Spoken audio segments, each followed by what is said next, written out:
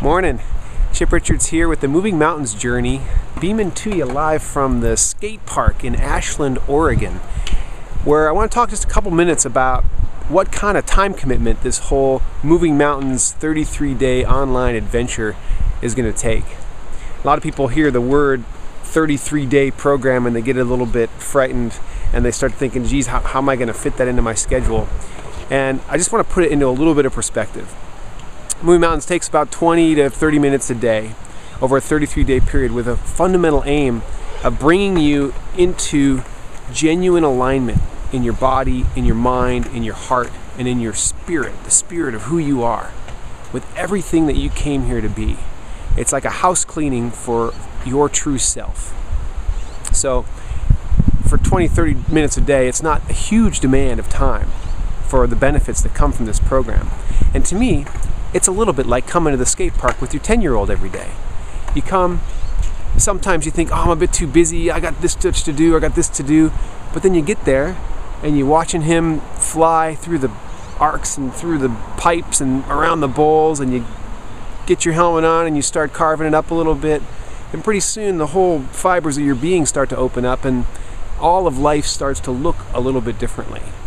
I come here every sunny day with Josh, and sometimes I resist it. Sometimes I say, oh, I don't know if I've got time today. But every day I come out, and every day when we walk back, I feel better for it. And this is just cement and, skateboarders. So to demonstrate my commitment to the Moving Mountains journey, what I'm going to do now is I'm going to drop into this scary vertical 12-foot pipe. Not really, but I am going to show you my favorite route. Come on. Ready?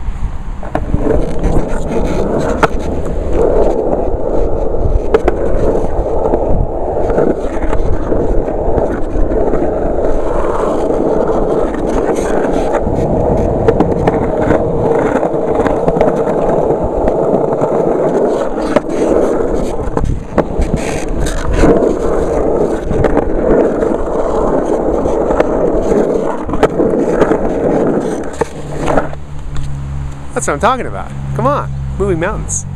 Okay, so now I'm sitting outside my favorite food store, and I just want to take a moment to share with you a little bit about the schedule and how the whole rhythms of Moving Mountains are going to play out over the coming 5 weeks. So in a basic sense, we've actually got about a 35-day period within which we're going to share 28 key lessons and then a few integration days. And the way it will work is that each week we'll start officially on the Saturday. This is US time. Sunday, Australia, New Zealand. Nighttime, Saturday in the UK or Europe.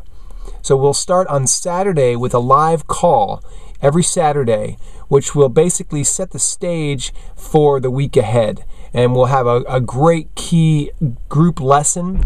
And then we'll also forecast what's going to be happening the rest of the week for people so that everybody knows what else is going on.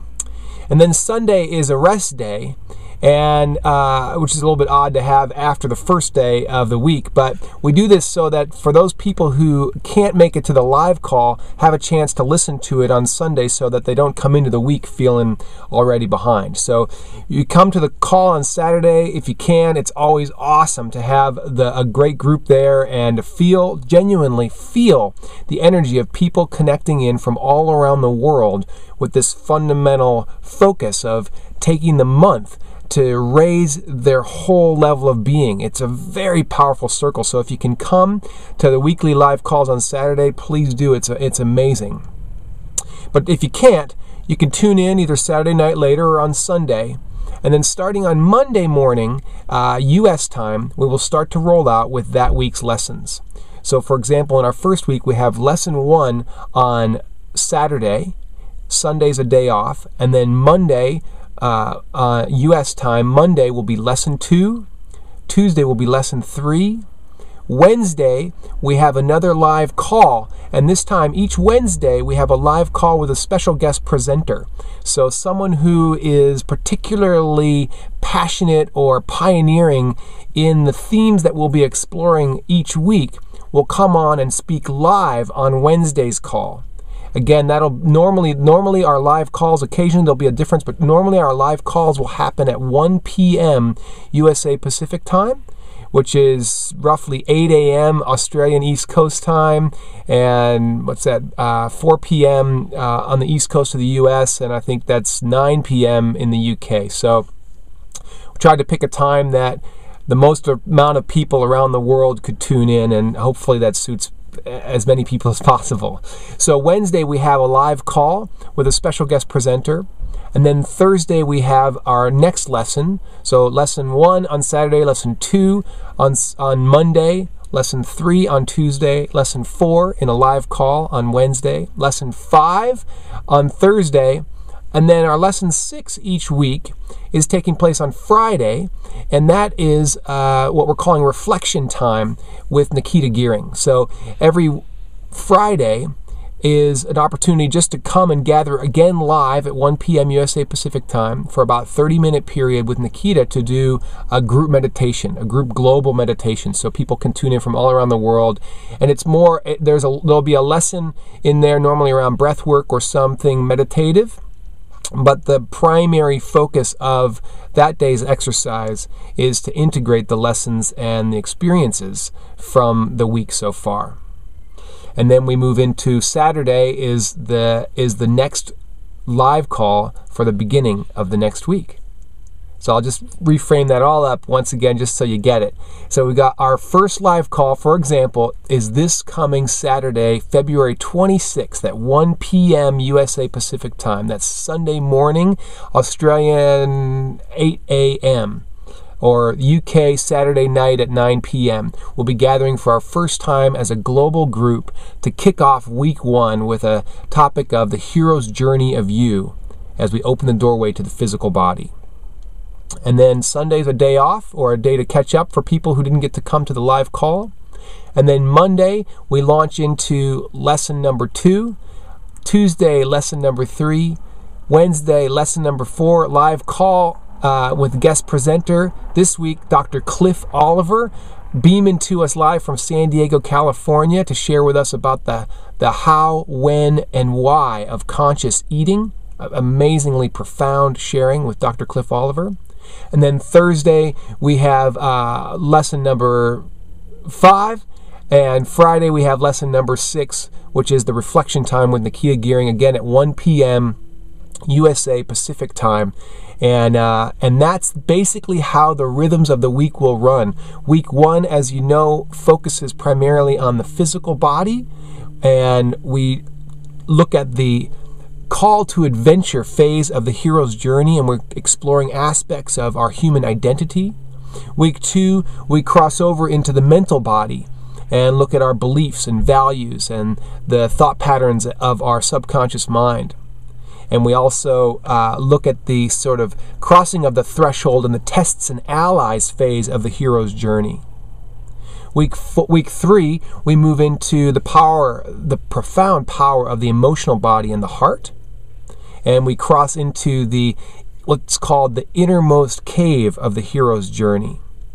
Week 4, we move over into the energetic or the spiritual body, and what's called the return with the elixir of the hero's journey. And then week 5, we have an opportunity to integrate. We still have a couple lessons in week 5, but we also have a few days of more quiet, reflective time where the lessons will be less about sharing new energy or new information and more about just helping you to deepen and digest and kind of integrate the different aspects and the different shifts and awakenings and realizations that you've had throughout the journey. It's a pretty dynamic, powerful experience, and my greatest wish and call for each of you is really just to find yourself a great schedule and daily rhythm. This is, someone called this a boot camp for the mind, body, spirit, and it does call for a level of discipline that some of us aren't used to on a daily basis, to be accountable to show up every day and be present really for ourselves is a new thing for a lot of people, particularly if you're in the service industry or if you're used to kind of putting out to a lot of other people. To take time every day for yourself is sometimes a big ask. But man, if you look at virtually every one of the great teachers that have come throughout history, all of the ancient masters, they all knew this time flow, this rhythmical pattern between being out in the world and giving and being in the garden or in the orchard or in the temple or on the mountaintop, taking time to refuel and regenerate and expand and grow who they are, knowing that the more they give to themselves in those moments, in those times, in those 40 days in the desert, the more they have to give to everyone else in every aspect of their life. So know that if it feels slightly selfish to give yourself 30, 40 minutes a day for the next 35 days, that every little bit that you give yourself now is going to exponentially expand itself in what you can give others and give to your greater work here and give to your family and give to different aspects of what you are going to be needed for in 2011. We are in a time of great need, and we need to be in our center, in our prime, fully energized to respond to the needs of today. And whether those are simple personal needs or global needs, we need to have that sense of deep resilience within ourselves. And in my experience with all the people I've worked with, building daily rhythms that honor the self and are life force building add to our ability to give to our world in ways that we cannot even imagine, particularly from the other side of that. If you're burnt out, if you're stressed out, if you're feeling stretched right now, it's hard to imagine. You can't even imagine how much more energy and clarity and power and passion you'll have for the things in your life when you take a little time to fill up and fuel your fire. So that's what this program is all about. We ask for somewhere between 20 and 40 minutes a day. It's up to you. Some days will be a bit less. Some days might be a little bit more. Live calls are a bit longer. But you can split them up, and you can find a time during the day that's best for you. And that's just what I encourage you to do. Find a time. Early in the morning is great. In the late evening is great. In the middle of the night is great if that's a good time for you. Some people take an hour off at lunch and go have their Moving Mountains time. Find a time that's like a protected little chamber, a little bubble that no one's going to bug you, no one's going to interrupt you, and you're going to know that you have a little bit of sacred time for you during each step of this journey. So that's a bit all today for this step of our preparation week. Enjoy the opening inquiry. If you have not already taken time to go through each of those lessons and really sit with each of the lessons and respond honestly, this will be your benchmark to revisit at the end of the program and to look back and to kind of help track your steps moving forward out beyond the journey. So enjoy the opening inquiry, be honest with yourself, and if you have a guide, send your answers to your guide. And if you want a guide, or if you'd love to be part of a sub-pod or a subgroup, send us an email at info@IamMovingMountains.com, and we'll see if we can hook you up with someone near you. Oh yeah, last thought. So for those of you who don't even know how the lessons are delivered, they all are delivered here at the base camp of Moving Mountains. So each day has its own page, and normally each day will come with at least one video and sometimes an audio session, sometimes some text. So a lot of our wonderful guest presenters who couldn't be with us live have a chance to share with us video lessons or audio lessons and recordings or special gifts from their world. And we'll capture them each on the day that they share on, and then those will be reviewable at any time during the journey. We just unfold the journey one day at a time, lesson at a time, and so as the journey unfolds, each new lesson is available with that particular guest presenter, or if it's just a sharing by me or Nikita or someone else. And then that lesson will be available for the rest of the journey as the next lessons unfold. So that's the basic format. It helps to have a pretty good internet connection with a pretty strong bandwidth line, but I think for the most part, you should be able to view or connect with all lessons no matter what, as long as you have an internet connection. And sometimes if your internet's slow, you just might have to press pause and allow the video to download before you watch it in full so it doesn't stop and start throughout the viewing. All right, that's about all I have to say. We'll see you on the path.